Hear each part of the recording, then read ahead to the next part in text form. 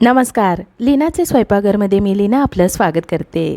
आज या स्वयंपाकघरात तुम्हाला मुगाची डाळ घालून केलेली दोडक्याची अतिशय चविष्ट आणि झटपट तयार होणारी पातळ आमटी कशी बनवायची ते पाहायला मिळणार आहे। ही आमटी चवीला खूपच छान लागते, त्यामुळे व्हिडिओ संपूर्ण पहा। चला तर मग आजच्या या छान अशा रेसिपीला सुरुवात करूया।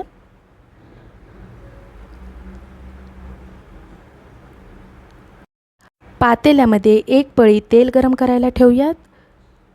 तेल चांगलं गरम झालं की याच्यामध्ये पाव चमचा मोहरी घालूया। मोहरी चांगली तडतडली की पाव चमचा जिरे घालूया। जिरे चांगले उमलले की पाव टीस्पून हिंग घालूया। खमंग फोडणी दिल्यानंतर इथे मी एक मध्यम आकाराचा कांदा बारीक चिरून घेतलेला आहे, कांदा घालूया। गॅसच्या मध्यम आचेवर कांदा हलका सोनेरी रंग येईपर्यंत भाजून घेऊयात। इथे मी एक मोठा कोवळा दोडका घेतलेला आहे, दोडक्याच्या शिरा काढून घेतल्यात। नंतर त्याच्या असे उभे काप करून मधोमध अशी चीर दिलेली आहे। 4 ते 5 मिनिटे झालेली आहेत। कांदा आपला अजून हलका सोनेरी रंग येईपर्यंत भाजून झालेला नाहीये। इथे मी पाव वाटी मुगाची डाळ घेतलेली आहे, ही डाळ घरातच तयार केलेली आहे। दोडका पटकन शिजतो म्हणून डाळ अगोदर अर्धा तास पाण्यात भिजत ठेवलेली आहे। भिजत ठेवायच्या अगोदर ती स्वच्छ धुवून घ्यायची। 7-8 मिनिटे झालेली आहेत। कांद्याला हलका सोनेरी रंग आलेला आहे। 2 चमचे लसूण खोबरे कोथिंबीरचे वाटण घालूयात। वाटण 1 ते 2 मिनिटे तेलामध्ये भाजून घेऊयात। 1 ते 2 मिनिटे वाटण तेलामध्ये छान आपलं भाजून झाले। फोडी पाण्यातून निथळून तेलामध्ये टाकूयात। तेलामध्ये फोडी परतल्यामुळे त्याची चव आमटीमध्ये येते। गॅस आज कमी करून फोडी 2 ते 3 मिनिटे परतून घेऊयात। फोडी आपल्या तेलामध्ये छान वाफवण्यासाठी याच्यावर झाकण ठेवूयात। 1 ते 2 मिनिटे झालेली आहेत, झाकण काढूयात। पळीने हलवून घेऊयात।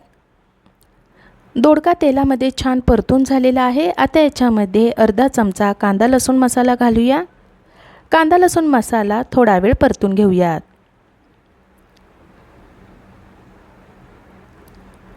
याच्यामध्ये आपण दुसरे कोणतेही मसाले घातलेले नाही आहेत, फक्त कांदा लसूण मसालाच घातलेला आहे। कांदा लसूण मसाला परतून झाल्यानंतर 1.5 ग्लास उकळलेले पाणी घालूयात। उकळलेले पाणी घातल्यामुळे आमटीला चव आणि कट दोन्ही येईल। पाणी कमी वाटत आहे म्हणून आणखीन 1 ग्लास उकळलेले पाणी घालत आहे। डाळही आपली शिजायला हवी। हलवून पाण्याचा अंदाज घेऊया। एवढे पाणी आपल्याला पुरेसे आहे।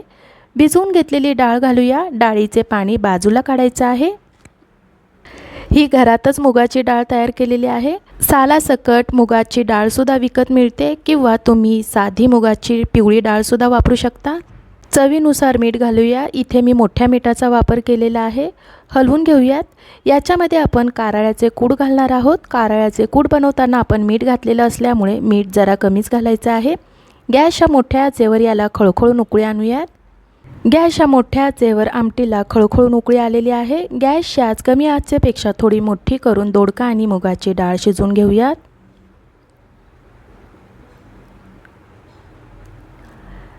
10 ते 15 मिनिटे झालेली आहेत। मुगाची डाळ छान उमललेली दिसत आहे आणि दोडकाही आपला शिजलेला आहे। याच्यामध्ये आता 2 चमचे भाजलेल्या शेंगदाण्याचे बारीक कूट, 1 चमचा कारळ्याचे कूट घालूया। आमटी आपली छान मिळून येईल।